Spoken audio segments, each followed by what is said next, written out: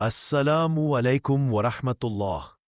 میرے پیارے بھائیوں اور بہنوں، آج ہم سنیں گے اس پاک نبی کی داستان جسے اللہ کے برگزیدہ رسول حضرت عیسیٰ علیہ السلام کی اللہ کی قدرت ایک دن حضرت جبرائیل علیہ السلام اللہ کا پیغام لے کر حضرت مریم علیہ السلام کے پاس آئے اور فرمایا، اے مریم، اللہ تمہیں ایک پاکیزہ بیٹے کی خوشخبری دیتا ہے۔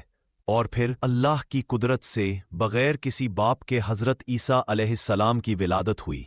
جب لوگوں نے حضرت مریم پر اعتراض کیے تو انہوں نے صرف اس بچے کی طرف اشارہ کیا اور نوزائیدہ بچہ بول اٹھا، میں اللہ کا بندہ ہوں، اس نے مجھے کتاب دی ہے اور نبی بنایا ہے۔ یہ اللہ کی بہت بڑی نشانی تھی جسے دیکھ کر لوگ حیرت میں پڑ گئے۔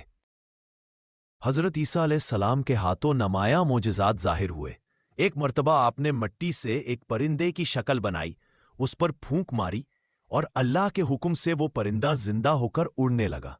یہ منظر دیکھ کر لوگ اللہ کی عظمت کے سامنے جھک گئے۔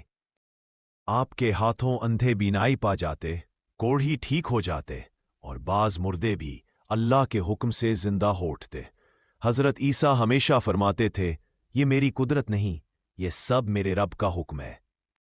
ایک دن آپ کے حواریوں نے عرض کی، اے روح اللہ، کیا آپ دعا کریں کہ ہمارے لیے آسمان سے دسترخوان نازل ہو جائے؟ حضرت عیسیٰ علیہ السلام نے دعا کی اور اللہ نے آسمان سے ایک سجا ہوا دسترخوان اتار دیا، جسے دیکھ کر حواری سجدے شکر میں گر پڑے۔ یہ ایک عظیم معجزہ تھا۔ یہود نے سازش کی کہ حضرت عیسیٰ علیہ السلام کو سولی دے دی جائے، مگر اللہ نے اپنے نبی کی حفاظت فرمائی۔ اللہ نے حضرت عیسیٰ کو آسمان کی طرف اٹھا لیا اور ان کی مشابہت کسی اور پر ڈال دی۔ لوگوں کو گمان ہوا کہ انہوں نے عیسیٰ کو سولی چڑھا دیا، حالانکہ اللہ کے نبی کو کوئی نقصان نہ پہنچا سکا۔ اور اے میرے بھائیوں، یہ بھی سچی خبر ہے کہ قیامت سے پہلے حضرت عیسیٰ علیہ السلام دوبارہ زمین پر تشریف لائیں گے۔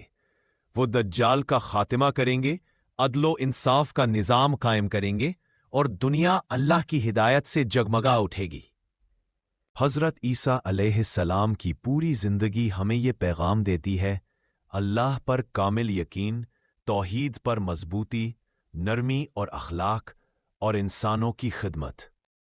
جزاکم اللہ خیران۔ اللہ آپ سب کو دین و ایمان کی برکتیں عطا فرمائے۔